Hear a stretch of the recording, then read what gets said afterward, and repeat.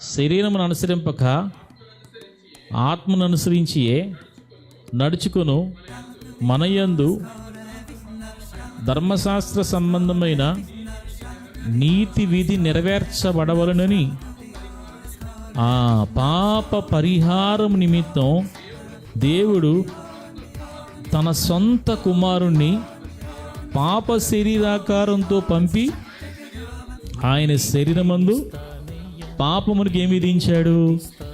ఆయన తన సొంత శరీరానికి ఏమి విధించుకున్నాడు? ఆయన శిక్ష విధించుకున్నాడు. ఎందుకని? ఈ శరీరంతో మనం చేసిన అకృత్యాల కోసం ఆయన శరీరమందు ఆయన ఏమి విధించుకున్నాడంట? శిక్ష విధించుకున్నాడంట. అందుకని ఈ రాయి మనందరి పాపానికి బదులుగా, ఈ రాయి అయిన యేసు, రాయికి సూచనగా ఉన్న యేసు తన శరీరంలో మనందరి పాపాల కొరకు ఆయన ఏం విధించుకున్నాడంటే శిక్షని విధించుకున్నాడు. దేవునికి మహిమ కలుగునుగాక. హల్లెలూయా. ఏమంటే ఎప్పుడైనా కానీ గమనించండి, ఎదుటివారి యొక్క రోగాలని మనం షేర్ చేసుకునే అవకాశం వస్తే ఎంతమంది షేర్ చేసుకుంటారు? నాకు బీపీ ఉందనుకోండి, నా బీపీని మీరు షేర్ చేసుకునే అవకాశం ఉంటే షేర్ చేసుకుంటారా? హల్లెలూయా. ఈ వారం అంతా నాకు కొంచెం బాగా నేను బిజీగా ఉంటానండి, నా గ్యాస్ సమస్యని ఈ వారం మీరు భరిస్తారా?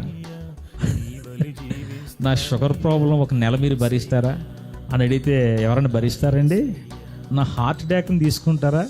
ఏమండి, నిజంగా హార్ట్ అటాక్ ఉండాడు, ఎప్పుడు పోతాడో ఎవడికి తెలియదు. హల్లెలూయా. కాబట్టి ఈ రోజున మన బలహీనతను ఎవరు ఏం చేయరండి, తీసుకోరు కదా. కానీ ఇక్కడ యేసయ్య మన బలహీనతలన్నీ ఆయన తీసుకున్నాడు. మన శరీరంతో చేసిన వాటన్నిటికీ శిక్షని ఆయన దేహమందు ఆయన ఏం చేశాడంట? ఆయన శిక్షగా భరించాడనే మాట మనం చూస్తున్నాం. ఇది నిజంగా ఎంత గొప్ప అద్భుతమైనటువంటి త్యాగమో, అది ఎంత అద్భుతమైన ప్రేమయో మనం అర్థం చేసుకోవాలి. హల్లెలూయా.